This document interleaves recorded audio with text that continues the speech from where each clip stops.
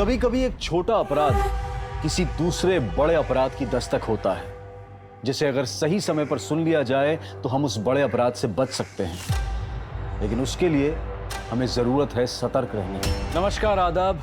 Crime petrol सतर्क के आज के एपिसोड में मैं अनूप सोनी आप सबका स्वागत करता हूं। आज के एपिसोड में हम देखेंगे कि कैसे लोग दूसरों का इस्तेमाल करके अपनी जिंदगी की जरूरतों को पूरा करना चाहते हैं, कैसे अपने स्वार्थ और लालच को अपना हथियार बनाकर न सिर्फ दूसरों की जिंदगी बर्बाद करते हैं, बल्कि खुद भी एक ऐसे दलदल में फंस जाते हैं जहां से निकल पाना उनके लिए मुश्किल हो जाता है। और अंत में रह जाता है तो सिर्फ एक पछतावा कि काश हमने ऐसा ना किया होता।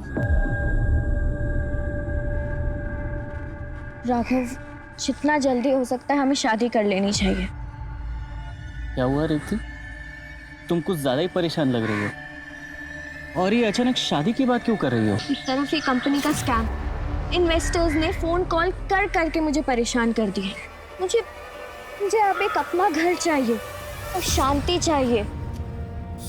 मुझसे अब और इंतजार नहीं होता। मैं तंग आ चुकी हूँ। ओके। तुम पहले शांत हो जाओ। हाँ? देखो, मैं प्रॉमिस करता हूँ हम लोग पक्का शादी करेंगे और बहुत जल्द शादी करेंगे। बस थोड़ा इंतजार और कर लो। एक बार मेरा काम सेट हो जाएगा ना, मैं सब ठीक कर दूंगा। मुझ पर भरोसा है? हाँ?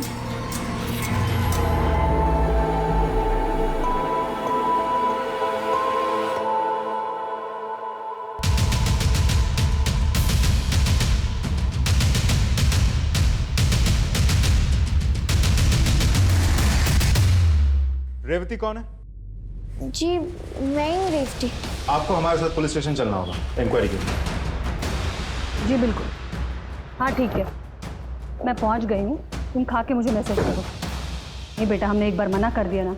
आई call you back in lunch. Ma'am, Revathi आई है। देखो, अगर तुम वाकई में जानती हो कि कंपनी का मालिक कहाँ है तो बता दो। ये बाहर जितने भी इन्वेस्टर्स बैठे हैं ना, सबके सब गुस्सा है। और जब तक उन्हें अपना पैसा नहीं मिलेगा वो तुम्हें इसी तरह तंग करते रहेंगे। मैम, मैं सच कह रही हूँ। मैं नहीं जानती कि वो लोग कहाँ गए हैं। लेकिन हाँ, अगर मुझे कहीं से भी पता चलता है कहाँ है वो लोग, तो मैं आप लोगों को आके सबसे पहले बता दूंगी। लेकिन प्लीज़ आप लोग मुझे इस इन्वेस्टर से बचा लीजिए। ये लोग मुझे रोज फ़ोन करके परेशान कर रहे हैं। ठीक है महेंद्र, ये बाहर काफी लोगों की भीड़ है, इसे पीछे वाले रास्ते से छोड़ दो। Yes ma'am, hey, please. Thank you ma'am.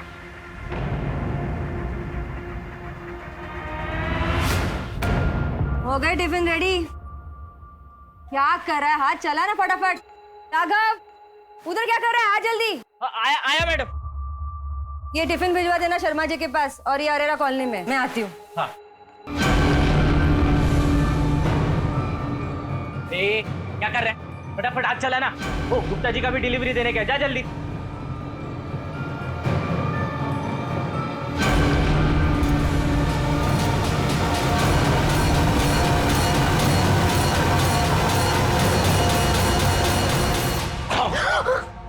Raghav, तुमने मुझे डरा ही दिया। अच्छा, आओ तुम्हारा डर भगा दूं? तुम भगाओगे? तुम भगाओगे? डर। मैं डरपोक? हाँ?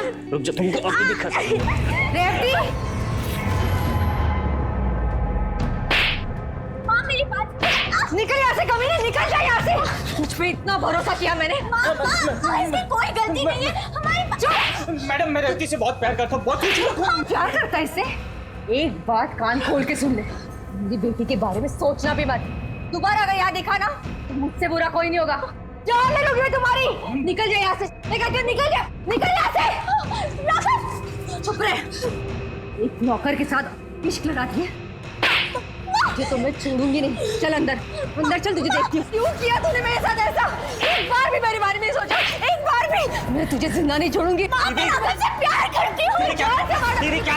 दीदी छोड़। बस दीदी, बस। तुम मर जाएगी ये। मैं छोड़ूंगी नहीं इसे। तुम बस दीदी, बस। मैं सब जानता हूँ। दीदी, थोड़े से ना ठंडे दिमाग से सोचो। राघव अच्छा लड़का है, मेहनती है, रेवती को खुश रखेगा। और रेवती की खुशी भी तो इसी में है ना। अच्छे से जानती हूँ मैं राघव को और राघव जैसे लोगों को। देखो गणेश, तुम इस सब में ना पड़ो तो ही बेहतर होगा। मेरा फैसला हो चुका है। मैं राघव से प्यार करती हूँ और अगर आप आप ये एक्सेप्ट नहीं कर सकती तो नहीं रहना मुझे इस घर में। मैं घर छोड़ के जा रही हूँ। मैं तुम्हें घर से बाहर निकाल दीदी। जाना चाहती है ना, जहन्नुम में चली जा। निकल निकल यहाँ से। दीदी क्या कर रही हो? अरे कहाँ जाएगी वो? कहीं भी जाने दे, लेकिन अब इस घर में उसके लिए कोई जगह नहीं है। ये आपका तो ठीक है दीदी, मैं रेवती को थोड़े दिन के लिए अपने घर ले जाता हूँ। आप ना अपना एक गुस्सा थोड़ा सा कम कर लो और अच्छे दिमाग से सोचो। हम इस बारे में बाद में बात करते ना बाद में ना अभी।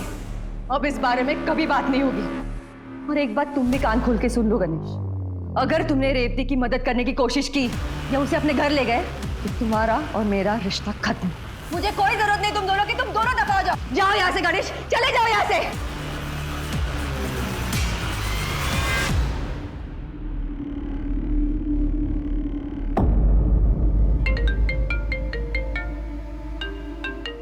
एक्सक्यूज। हाँ सुमन, मैं एक जरूरी मीटिंग में हूँ, खत्म होने के बाद निकल पाऊँ। अरे पहुँचते पहुँचते सुबह हो जाएगी। हाँ तुम मेरा इंतजार मत करो, खाना खा लो और सो जाओ, ठीक है? बाय। कितनी सफाई से अपनी बीवी से झूठ बोल लेते। सच कहूँ सावित्री, तुम्हें अपनी पत्नी बना ना पाने का मलहल मुझे जिंदगी भर रहेगा। विवेक, औरत की जिंदगी में दो रिश्ते बहुत मायने रखते हैं। एक उसके पति का, जो मैं तुम्हें ना पा सकी, और एक उसके बच्चे का, जो मेरा घर छोड़ के चली गई। मैंने तय कर लिया है विवेक कि मैं अपनी सारी प्रॉपर्टी तुम्हारे नाम कर दूंगी।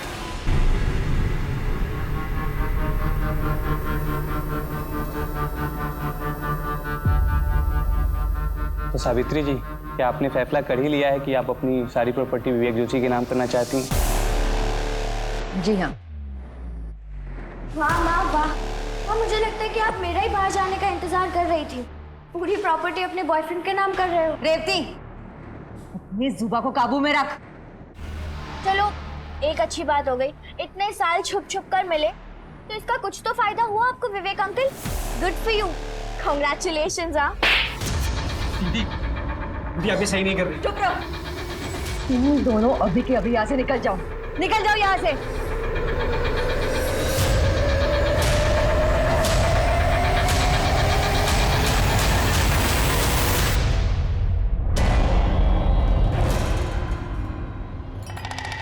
एक इडली और बहुत है मेरी प्लेट में। चाय बनाऊं, कॉफी? अदरक वाली बताओ। हाँ हाँ बेटा, तू कुछ खा ले, फोन छोड़ दे। देख, बहाने मत बना, मुझे मिला है, मुझे बस बहुत जरूरी काम है। मामा, मैं जॉब इंटरव्यू देने जा रही हूँ। अरे बेटा, all the best. Thank you. Mummy, पापा, मैं कॉलेज जा रही हूँ। अरे रेवती सुन। अरे बेटा विद्या, तू जा रही है ना बाहर, तो रेवती को ऑटो स्टैंड तक छोड़ जाना। अरे पापा। अरे क्या तू जा ही रही है ना, छोड़ दे उसे। रेवती इसके साथ जा। मुझे पसंद नहीं थे सब बाहर जाना, तो तू मना नहीं कर सकती थी। मैं क्या करूँ, तो मामा जी नहीं था।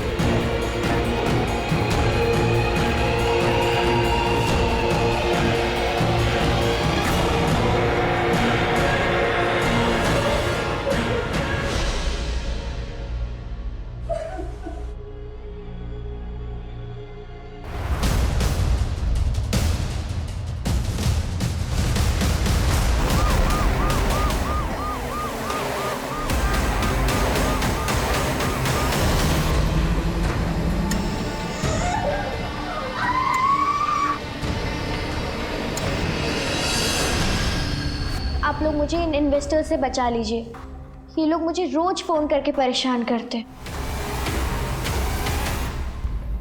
ये आपकी भांजी रेवती आपके घर में रहती है या फिर किसी काम से आई थी आपके घर? मैडम वो बस गणेश मामा, क्या हुआ रेवती को? वो ठीक तो है ना? मामा कुछ तो बोलो, क्या हुआ रेवती को?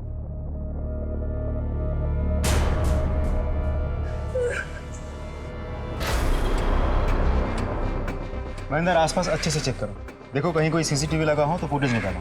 अब तक मैं लोगों से बात करता हूँ। सर, तुमने अटैकर्स को देखा था?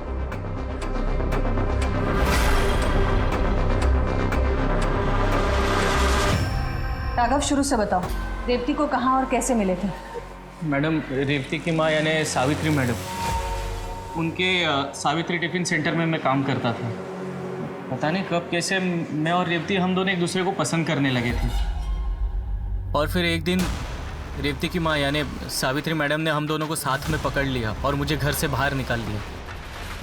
रेवती भी मेरे पीछे घर से निकल गई और मामा के घर रहने लगी। और उसके बाद मैं सीधा रेवती को लेकर घर आ गया। तो क्या आपने रेवती की माँ को बताया था हादसे के बारे में? जी मैडम, मैंने कॉल किया था पर वो आई नहीं। उन्होंने बोला कि अब उनका किसी से भी कोई भी रिश्ता नहीं।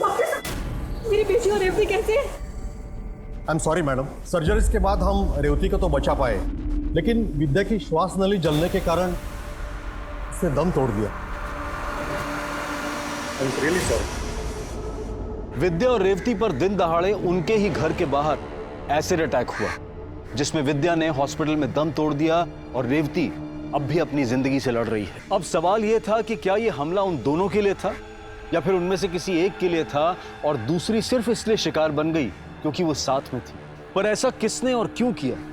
क्या वो इनमें से किसी का कोई सरफिरा आशिक था जिसने प्यार में ठुकराए जाने पर ऐसा कदम उठाया था, या फिर यह कोई अंदरूनी मामला था जिसका बदला लेने के लिए अपराध किया गया था? सवाल कई थे और जवाब जानने के लिए पुलिस रेवती की मां से मिली।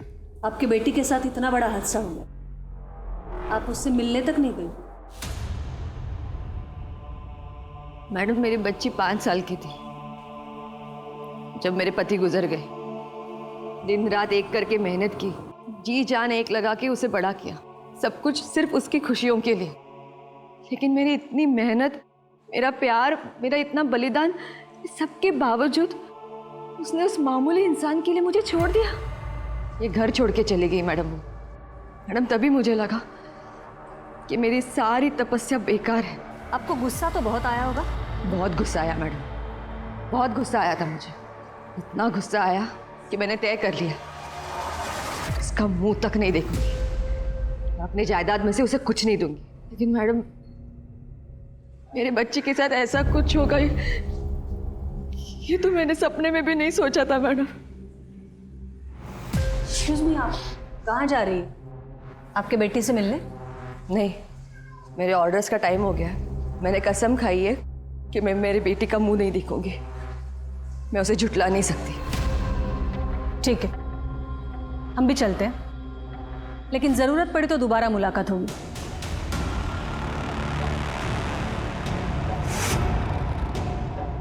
मैम, एक माँ इतनी कठोर कैसे बन सकती है? उन्हें को तो कुछ भी हो सकता है। ये पुलिस की नौकरी में इतने मोड़ देखे हैं श्रीवास्तव, ये विश्वास नहीं होता है कि जो हम देख रहे हैं वो सच भी हो सकता है। एनीवे, इस पर नजर रखो। और हाँ, वो महेंद्र से बोलो कि बाइक की डिटेल्स मुझे जल्दी से जल्दी चाहिए। खैर, ये रेवती के माँ से तो बात हो गई है, विद्या के माँ से मिलते हैं।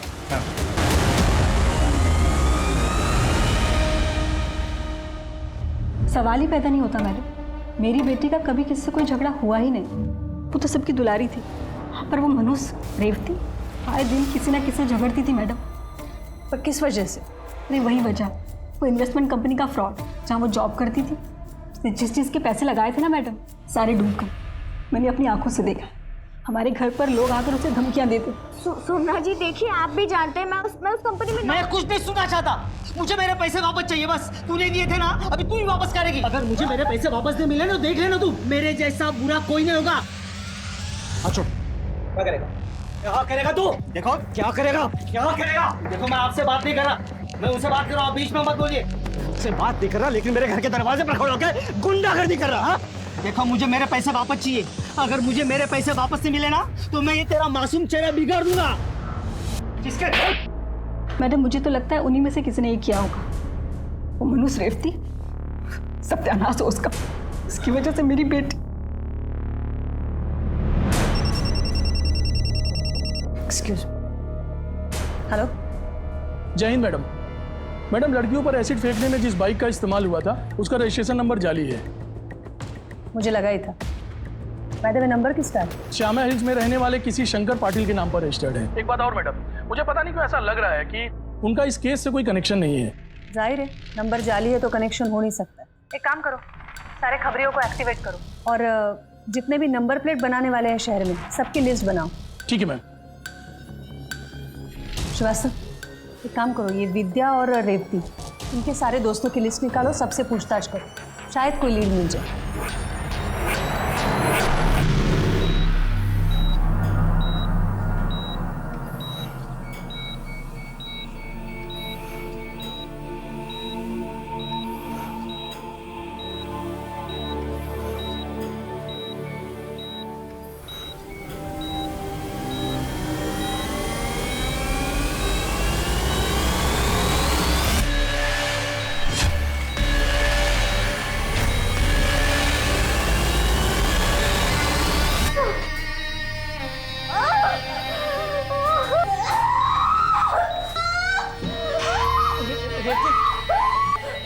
रेवती, क्या हुआ?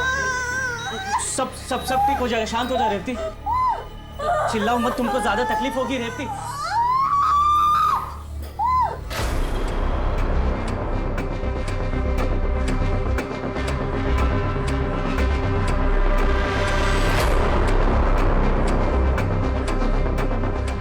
अपना तुम विद्या की बेस्ट फ्रेंड हो, देखो मैं तुम्हारा दर्द समझ सकता हूँ, लेकिन विद्या पे जिसने भी एसिड अटैक किया है उसे या उन्हें पकड़ने के लिए हमें कुछ जानना बहुत जरूरी है।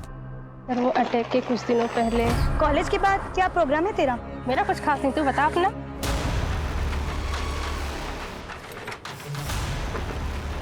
मनोज, ये क्या तरीका है तुम्हारा? तरीका? तू मुझे तरीका मत सिखाओ विद्या। ये बताओ, तू मेरा फोन क्यों नहीं उठा रही? इस तरह से इग्नोर क्यों कर रही है मुझे? अब तुम्हारा मेरा कोई रिश्ता नहीं है। मजाक बना रखा है क्या? पिछले 3 महीने में नई गिफ्ट देते वक्त, पिक्चरें देखते वक्त बड़े नजदीक रिश्ते निभा रही थी मेरे साथ, अब कोई और मिल गया तो मुझे डंप कर दोगी? अभी तक तो सिर्फ डम किया है, ज्यादा बकवास किया ना तो पूरी पब्लिक को बुला के पिटवाऊंगी तुझे। जा, जिसको बुलाना बोला। समझती क्या तू अपना पे? मेरा हाथ छोड़ो। किसी को पकड़ के लेके आएगी क्या? मेरा आंसर। क्या? अरे मैंने कुछ नहीं किया। तुम जानती हो उस लड़के को?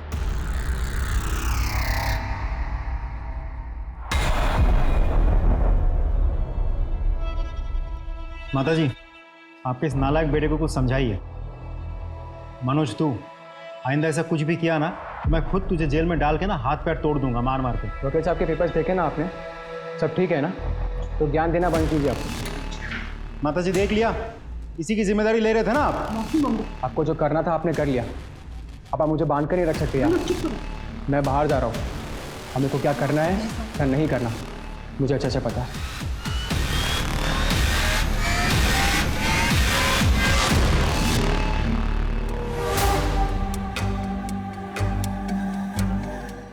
तुम्हारा मेरा कोई रिश्ता नहीं है। देखना है क्या कर सकती हूँ?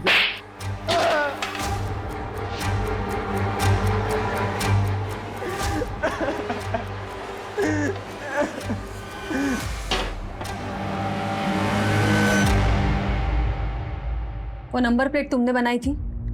जी मैडम। बनवाई किसने थी? 2 जवान लड़के आए थे बनाने के लिए उसको, लेकिन उनका नाम नहीं जानता। देखोगे तो पहचान जाओगे? कोशिश करूंगा मैडम। ठीक है। रेवती को धमकी देने वाला ऑटो ड्राइवर और विद्या के साथ झगड़ा करने वाला मनोज पोटे दोनों गायब थे। पुलिस के लिए समझ पाना काफी मुश्किल हो रहा था कि आखिर हमला किस पर हुआ था, रेवती पर या विद्या पर। और तभी विद्या के कॉल रिकॉर्ड से और उसके मोबाइल फोन में मिले वीडियो से एक चेहरा सामने आया। वो था नकुल मोहिते। नकुल, विद्या को कैसे जानते हो? जी, मैं एक ऑनलाइन डेटिंग ऐप के थ्रू से जानता था और कभी कभी हमारे से चैट होती थी। ये सिर्फ चैट होती थी या फिर और कुछ? हमारे बीच चैट होते थे, हमारे बीच एक स्पेशल फीलिंग डेवलप हो गई थी। महेंद्र, थोड़ा इसकी स्पेशल फीलिंग दिखाओ इसे।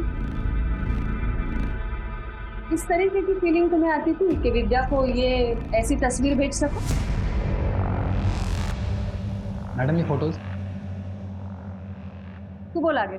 जी हाँ, मैं और विद्या अक्सर late night intimate video chat करते थे, पर आजकल तो ये नॉर्मल है। चल मान लेते हैं ये सब नॉर्मल है। ऐसा कुछ है जो नॉर्मल नहीं था तेरे और विद्या के बीच? नहीं मैडम, ऐसा तो कुछ नहीं था।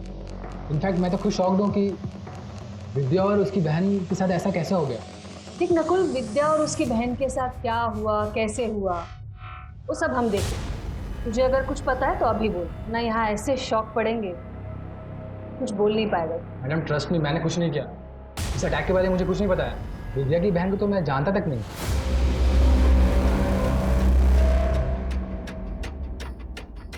जब किसी इंसान का मेहनत से कमाया हुआ पैसा डूबता है तो एक्चुअली उस इंसान के लिए खतरा बन जाता है, जिसकी वजह से उसका पैसा डूबा है। मतलब तुम्हें लगता है कि इस अटैक के पीछे सोमनाथ का हाथ? हाँ सर, क्योंकि उसने रेवती का चेहरा बिगाड़ने की धमकी भी दी थी। लेकिन मुझे लगता है कि प्यार में ठुकराया इंसान ज्यादा खतरनाक होता है। यहाँ एक सबसे इंपॉर्टेंट बात है तेजाब। तेजाब से चेहरा जलाने की कोशिश की गई थी मैडम। मैम, एक क्राइम ऑफ पैशन नहीं तो और क्या हो सकता है? विद्या ने मनोज के प्यार को ठुकराया, उसे लोगों से पिटवाया, जलील किया। इसका एक आफ्टर इफेक्ट तो होना ही था। इसका मतलब है महेंद्र का शक है सोमनाथ पर और तुम्हारा मनोज दुबे पर। लेकिन ये तो तभी साबित होगा जब ये दोनों हमारे हाथ लगेंगे। श्रीवास्तव, एक काम करो, इन दोनों की तस्वीरें अखबार में छपवाओ, सारे खबरियों को काम पर लगाओ। इसकी एक एक डिटेल मुझे चाहिए और जो भी इनकी इन्फॉर्मेशन देता है उसे इनाम की घोषणा करो। ये दोनों मुझे हर हाल में चाहिए।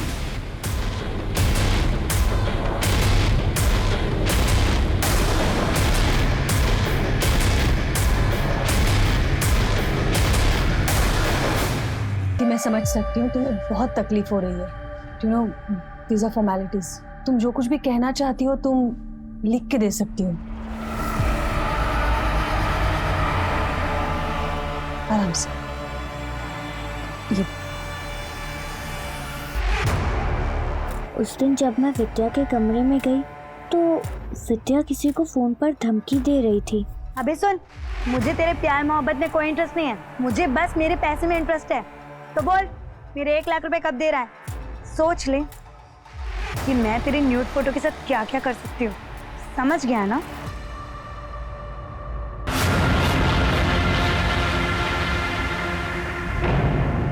हुआ क्या है, कुछ तो बताइए। और ये क्या ढूंढ रहे हैं आप यहाँ? सर, आप इस तरह हमारे बेटे के कमरे की तलाशी नहीं ले सकते।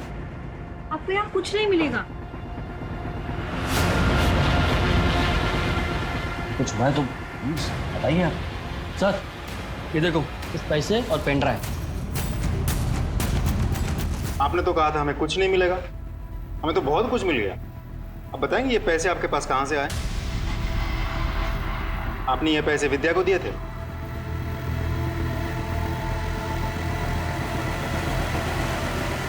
मैम, विद्या के कमरे से ये पेन ड्राइव और पूरे 1 लाख रुपए मिले हैं। और जिस लड़के को ब्लैकमेल करके वो पैसे वसूल कर रही थी वो ये है। इसका नाम है नकुल सिंह, बड़े बाप की औलाद है। पूछताछ की है मैंने, इन दिनों शहर से गायब है, फोन भी स्विच ऑफ आ रहा है। हम तो सोमनाथ और मनोज पे अटके हुए थे। अभी रेवती के स्टेटमेंट के बाद तो केस ने अलग ही एंगल ले लिया। यस मैम, एंगल नया भी है और शॉकिंग भी। मतलब विद्या नकुल को ब्लैकमेल कर रही थी। क्या इसका मतलब ये हुआ कि ये अटैक नकुल ने करवाया? उसके पास स्ट्रॉन्ग मोटिव तो है और ये उसका इस तरह से गायब हो जाना उसे शक के दायरे में भी लाता है। श्रीवास्तव, एक काम करो, ये नकुल के सारे रिश्तेदार, घर वाले और दोस्त सबके रिकॉर्ड्स मंगवाओ। ये नकुल मुझे जल्दी से जल्दी चाहिए। हेलो, हाँ, that's great, thank you. Ma'am, Manoj पकड़ा गया। उज्जैन में एक होटल में छुपा बैठा था, वहाँ के लोकल पुलिस ने गिरफ्तार कर लिया, लेकर आ रहे हैं इसे। गुड। हाँ तो मिस्टर आशिक उर्फ मनोज दुबे, लड़की ने मिली तो एसिड फेंक दिया? नहीं सर, मैंने एसिड नहीं फेंका। अगर एसिड तूने नहीं फेंका तो उस दिन थाने में मुझे ये बोल के क्यों गया था? अरे सर, अपना काम करिए, मुझे मत बोलिए क्या करना है क्या नहीं करना है। मैं तो कर ही लूंगा जो करना है मुझे। सॉरी सर, उस दिन मैं बहुत गुस्से में था, मुंह से निकल गया। मैं सच कह रहा हूँ साहब, मैंने कुछ भी नहीं किया। कुछ बोला? मैम, मैं सच कह रहा हूँ, मैंने कुछ भी नहीं किया मैम, प्लीज। जब कुछ किया नहीं तो भागा क्यों था? पुलिस के डर से अच्छे अच्छे भाग जाते हैं मैम। तेरा असली चेहरा सामने आ चुका है। अब सच्चाई तू खुद उगलेगा या फिर यहाँ हम लोग उगलवाएं? इतना फोड़ूंगी ना तुझे, किसी काम का नहीं रहेगा तू, सोच ले। मैम, आप मुझे फोड़ दो, लेकिन क्या आपको ऐसे करने से सही अटैकर मिल जाएगा? नहीं मैम।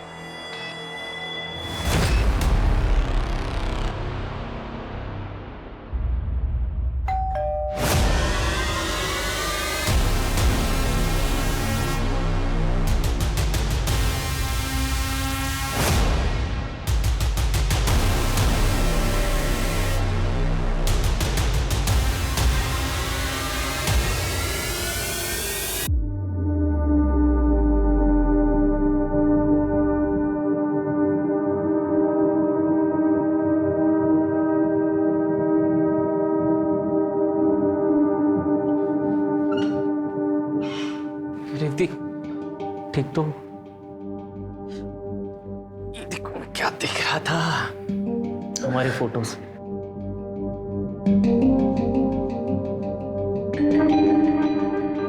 याद है तुमको ये टी शर्ट तुमने मुझे गिफ्ट किया था? चलो एक और सेल्फी लेते हैं। हाँ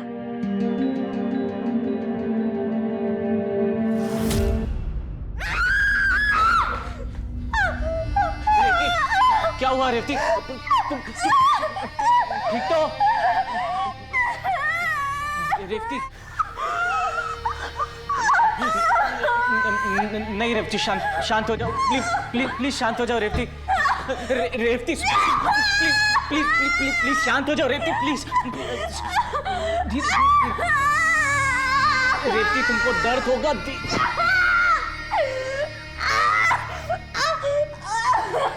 रेवती प्लीज शांत हो जाओ रेवती प्लीज।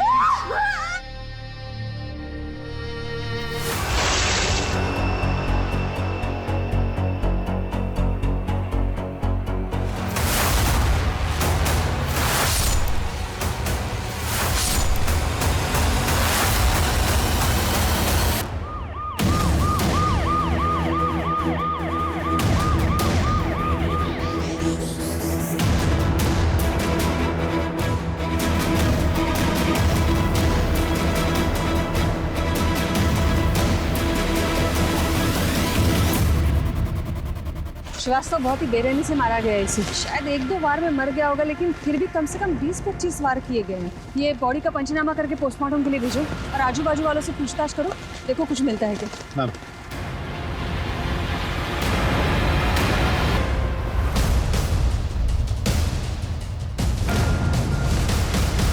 क्या गणेश का कत्ल रेवती और विद्या पर हुए एसिड अटैक से जुड़ा हुआ था? एक तरफ विद्या का केस पुलिस को परेशान किए हुए था कि कैसे विद्या ने एक डेटिंग ऐप के जरिए नकुल मोहिते से दोस्ती बढ़ाई और फिर इंटीमेट चैट्स और न्यूड क्लिप के बहाने उसे ब्लैकमेल किया। विद्या पर हमला करने का नकुल के पास स्ट्रॉन्ग मोटिव था और उसका लापता होना पुलिस के शक को और भी गहरा कर रहा था। मनोज पोटे भी अपना गुनाह कबूल करने के लिए तैयार नहीं था और हमले के वक्त उसका मोबाइल लोकेशन भी उसके घर का ही था। ये केस सुलझने की बजाय और उलझता जा रहा था। क्या एक ही परिवार में 2 हाथ से किसी पुरानी दुश्मनी का बदला हो सकते हैं या फिर इसके पीछे कोई और ही राज था? मैम एक ही फैमिली में एक के बाद एक 2 हत्याएं, और दोनों ही हत्याएं बहुत ही क्रूरता से की गई हैं। ऐसा लगता है जैसे कोई पुरानी दुश्मनी निकाल रहा है। मैडम गणेश के मर्डर के बाद तो मुझे ऐसा लग रहा है कि वो एसिड अटैक भी विद्या के लिए था, रेवती के लिए नहीं था। हो सकता है, पर किसी भी नतीजे तक पहुंचने के लिए शायद और लेकिन नहीं, यकीन की जरूरत होती है महेंद्र। और इस केस के नतीजे तक पहुंचने के लिए गणेश के लाइफ के सारे पन्ने पलटने पड़ेंगे। ऐसा क्या रीजन हो सकता है जिसकी वजह से एक नॉर्मल से सिविल कॉन्ट्रैक्टर का कोई कत्ल कर दे, या फिर विद्या से जुड़ा ऐसा कौन सा रीजन हो सकता है जिससे कोई गणेश का कत्ल करे? इन दोनों पहलुओं पर हमें गौर करना पड़ेगा। एक काम करो श्रीवास्तव, ये गणेश के कॉल रिकॉर्ड्स निकालो, शायद कुछ मिल जाए।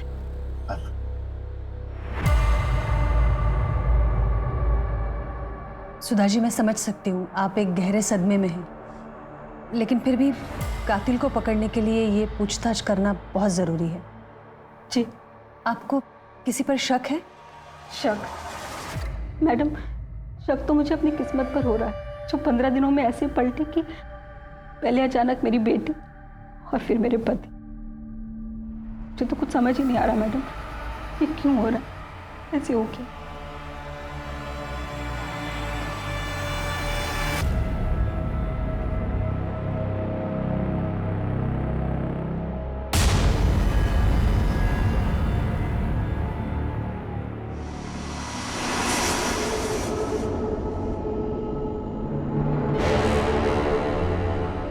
मैडम, मैं जानता हूँ कि आप हम दोनों को यहाँ देखकर खुश नहीं हैं, लेकिन रेवती के लिए ये बहुत ही मुश्किल समय है।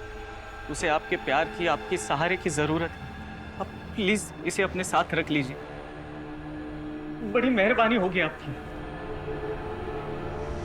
और मैंने सुना है कि माँ का दिल बहुत बड़ा होता है, अपने बच्चों की गलतियों को माफ़ कर देती।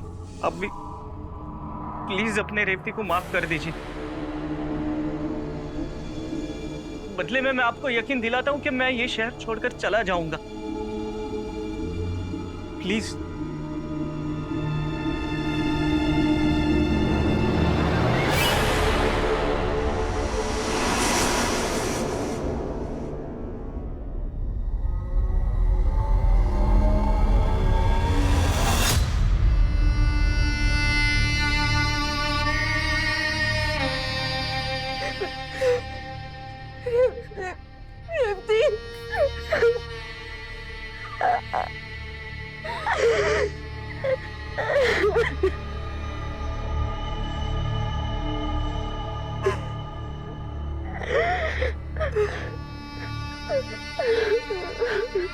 राघव,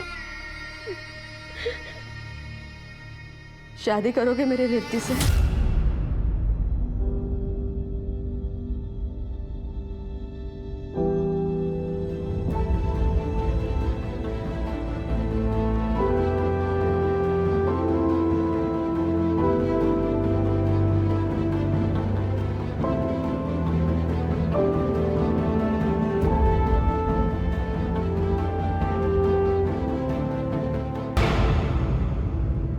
मैम, गणेश के कॉल डिटेल्स के हिसाब से वो किसी दीपिका नाम की लड़की से कांस्टेंट टच में था और मैसेज देख के लगता है दोनों में अफेयर चल रहा था। ठीक है, इसे बुला लो। मैम, मैम वो मुझे अपनी सहेली की शादी में मिला था और फिर हमें पहली नज़र में एक दूसरे से प्यार हो गया। उसके बाद हम एक दूसरे से मिलने लगे।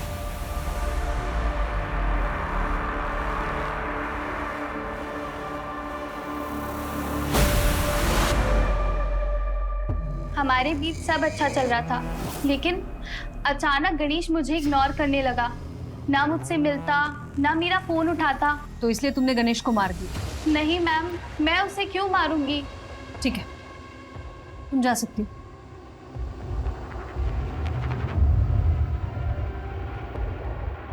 मैम, गणेश की ऑटोप्सी रिपोर्ट आ गई है, लेकिन इस रिपोर्ट से एक शॉकिंग बात सामने आई है। कौन सी? मैम, गणेश के खाने में जहर भी मिलाया गया था। गणेश की ऑटोप्सी रिपोर्ट आ गई है, लेकिन इस रिपोर्ट से एक शॉकिंग बात सामने आई है। कौन सी? मैम, गणेश के खाने में जहर भी मिलाया गया था। इसका मतलब है वो जब घर से खाना खा के निकला था तभी उसे जहर दिया गया था। वास्तव में गणेश के बारे में हमें और इन्फॉर्मेशन चाहिए, और ये इन्फॉर्मेशन हमें दे सकती है रेवती। तुम ये दीपिका पे नजर रखो, उसके सारे कॉल रिकॉर्ड्स निकालो। रेवती से मैं बात करती हूँ। महेश मामा को हेल्थ प्रॉब्लम्स थी, उनका लिवर जवाब दे चुका था, इसीलिए उनको बाहर का खाना बना था।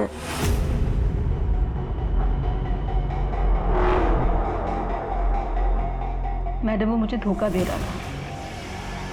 मेरे होते हुए भी उसने ख्याल रखी हुई थी। मैं पत्नी हूँ मैडम, मुझे सब पता था, लेकिन मैं नहीं चाहती थी कि मेरी बेटी को इस बारे में पता चले।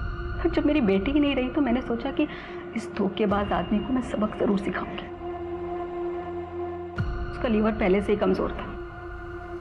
मैंने उसके खाने में चूहे मारने की दवाई मिलाई ताकि वो मर जाए, पर उस जहर ने भी उस पर कोई असर नहीं किया और वो बच गया। उस पे हुए हमले में मेरा कोई हाथ नहीं मैडम।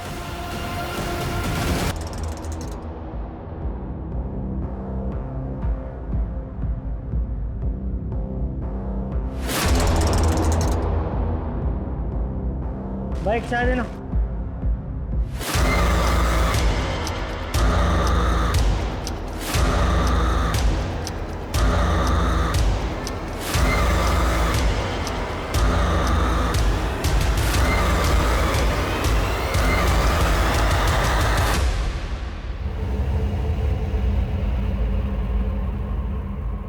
Hello madam.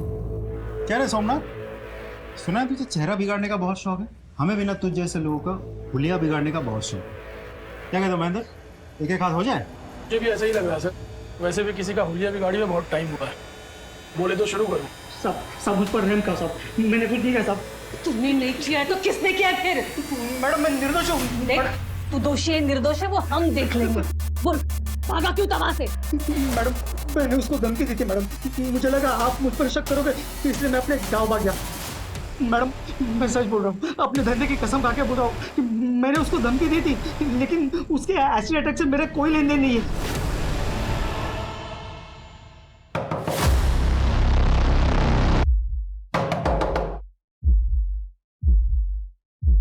सोमनाथ जी आप? तुम्हें क्या लगा? हाँ, तू अपनी माँ का घर छोड़कर यहाँ छुप जाओगी तो मैं तुझे ढूंढ नहीं पाऊंगा। देखिए ऐसी बात नहीं है, मैं तो यहाँ पर। मुझे कुछ नहीं सुना, मैंने तुम्हारे कहने पर पैसे लगाए, मुझे मेरे पैसे वापस चाहिए। सोमनाथ जी देखिए, आप भी जानते हैं मैं उस कंपनी में। मैं कुछ नहीं सुनना चाहता, मुझे मेरे पैसे वापस चाहिए बस। तूने दिए थे ना, अभी तू ही वापस करेगी। अगर मुझे मेरे पैसे वापस नहीं मिले ना, देख लेना तू, मेरे जैसा बुरा कोई नहीं होगा। हाँ छोड़, क्या करेगा? क्या करेगा तू? देखो क्या करेगा, क्या करेगा? देखो मैं आपसे बात नहीं कर रहा, मैं उनसे बात कर रहा हूँ, बीच में मत बोलिए। से बात नहीं कर रहा, लेकिन मेरे घर के दरवाजे पर खड़े होकर गुंडागर्दी कर रहा। देखो मुझे मेरे पैसे वापस चाहिए, अगर मुझे मेरे पैसे वापस से मिले ना तो मैं ये तेरा मासूम चेहरा बिगाड़ दूंगा। मैडम आप ही सोचो ना, अगर मैं ऐसे करूंगा तो मेरा पैसा कैसे वापस मिलेगा? मैडम ये मैंने नहीं किया मैडम, किसी और ने किया मैडम। श्रीवास्तव, जब तक बोलता नहीं है ना, कूटो इसको। जी जी जरूर। Yes sir. Jain sir. Yup. बोलो। मैम, दीपिका के कॉल रिकॉर्ड्स आ गए हैं। दीपिका किसी नासिर अंसारी से काफी टच में है। ये नासिर अंसारी दीपिका का क्लोज फ्रेंड लगता है। इन दिनों दोनों में घंटों बातचीत होती है, लेट नाइट तक। और कुछ? यस मैम, गणेश भी नासिर अंसारी से रेगुलर टच में था। उसने अंसारी के अकाउंट में पैसे भी ट्रांसफर किए थे। इंटरेस्टिंग। ये अंसारी को तुम पकड़ो, दीपिका से मैं बात करती हूँ। मैम, नासिर और गणेश एक दूसरे को जानते थे? तो क्या तुम्हें ये बात पता नहीं थी? नहीं मैम, मैं नहीं जानती थी। ये अंसारी को तुम कैसे जानती हो? बोलो। अफेयर चल रहा था। फिर तो वो गणेश के साथ है। हाँ, वो गणेश के इग्नोरेंस के बाद मेरी मुलाकात नासिर से हुई। उसकी बातें जैसी मेरे दिल को एक सुकून देने लगी और हमारी मुलाकात ख्याल में बदल गई। गणेश जानता था ये सब?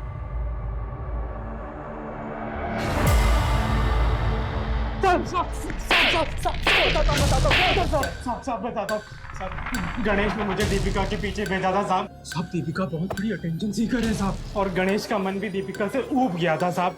साहब उसने मुझे पैसे दिए और कहा कि दीपिका को पटा लो। साहब हमारा प्लान था कि वो हम दोनों को रंगे हाथों पकड़ेगा और फिर वो दीपिका से छुटकारा पालेगा साहब। और उसके बाद समझे गणेश को मार। नहीं, मैंने किसी को नहीं मारा साहब। अब वो तो मुझे पैसे ही देता था साहब। मैंने किसी को नहीं मारा साहब, मैंने किसी को नहीं मारा साहब। नासिर और दीपिका के इंटेरोगेशन के बाद ये केस एक डेड एंड पर आकर रुक गया था। वहीं दूसरी तरफ नकुल, जो कि फरार था, उसके पास विद्या पर हमला करवाने का पूरा मोटिव था, लेकिन उसे गणेश के कत्ल से जोड़ने का कोई भी सुराग पुलिस के पास नहीं था। ऐसे में पुरानी चीजें खरीदने और बेचने वाले एक मोबाइल ऐप में दिए गए इश्तिहार ने इस केस की गुत्थी सुलझाने की दिशा में उम्मीद जगाई।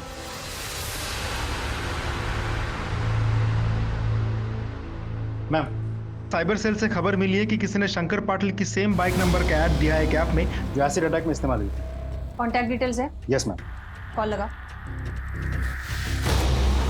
हेलो।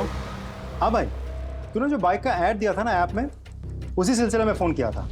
अच्छा सुन, मुझे मनीष नगर सिग्नल के बगल में मिली। ओके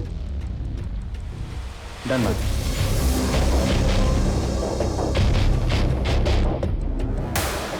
रंजीत तू ही है ना? चल।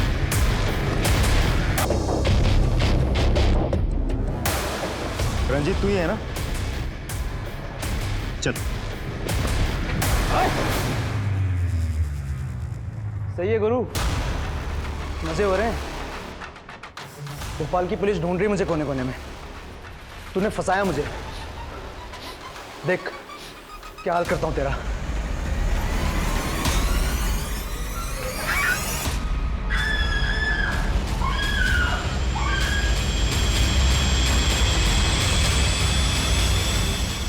क्या हुआ?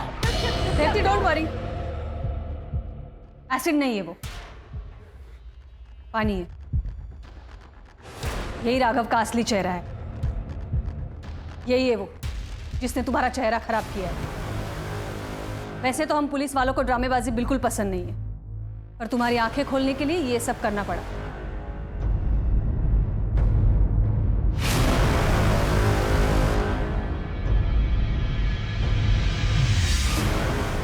सिंह, इसे ले जाओ। तो मिस्टर राघव, आपकी असलियत तो खुल चुकी है। अब आगे की कहानी तू खुद बोलेगा या मैं हवालात में बुलवाऊं तुझसे? पता था सावित्री मैडम की प्रॉपर्टी, घर, गाड़ी, चलता हुआ बिजनेस देखकर मेरी आंखें चौंधिया गई। पैसों के लालच में पागल हो गया था मैडम। उसे पाने के लिए मैंने रेवती को प्यार के जाल में फंसाया। लेकिन सावित्री मैडम ने मेरे को रिजेक्ट कर दिया, मेरी बेइज्जती की, मेरी औकात दिखाई। मैं गुस्से से तिलमिला गया था, लेकिन नहीं, मैंने गुस्से में जोश नहीं हुआ, होश से काम लिया और एक सॉलिड प्लान बनाया। कैसा प्लान? तो रेवती के चेहरे पे एसिड फेंकने का प्लान। उससे फिर कोई शादी नहीं करता, इसलिए मैंने अपने इस दोस्त रंजीत के साथ एसिड फेंकने का प्लान बनाया। मेरा प्लान सक्सेसफुल हो ही गया था, लेकिन गणेश ने बाइक देख ली। उसने मुझे फोन करके धमकाया। मैं समझ गया था कि ये प्रॉब्लम बन सकता है, इसलिए मैंने उसे मिलने के लिए बुलाया था।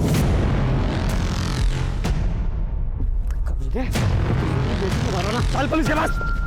तू क्या मेरे को पुलिस के पास लेके बचेगा तब पुलिस के पास।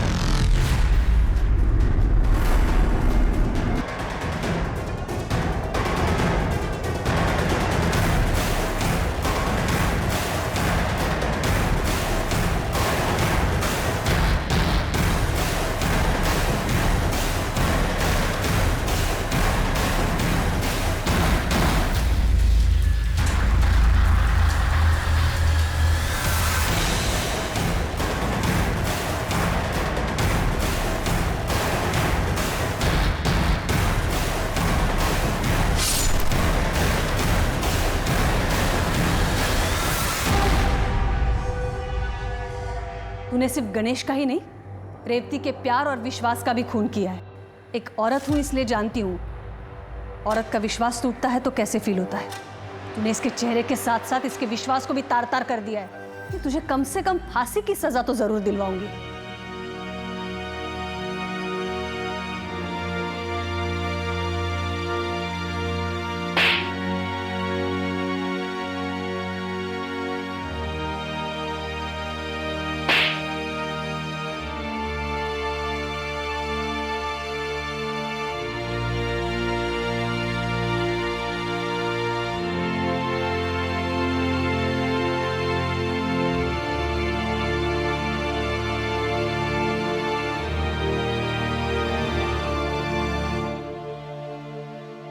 लालच एक ऐसे जुर्म की दस्तक है जो इंसान के सोचने समझने की शक्ति को छीनकर उसे हैवान बना देती है।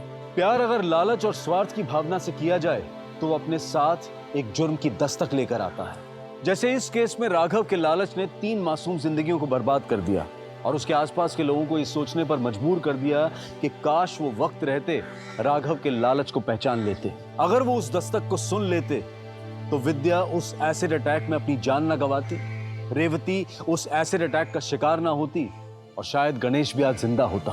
विद्या ने अपने शौक और लालच के कारण मोबाइल फोन जैसे साधन से, जो कि हमारी सहूलियत के लिए बना है और हमारे लिए ज्ञान के दरवाजे भी खोलता है, उससे विद्या ने अपने लिए जुर्म का दरवाजा खोला। उसने डेटिंग ऐप के जरिए नकुल को फंसाकर उसे ब्लैकमेल किया।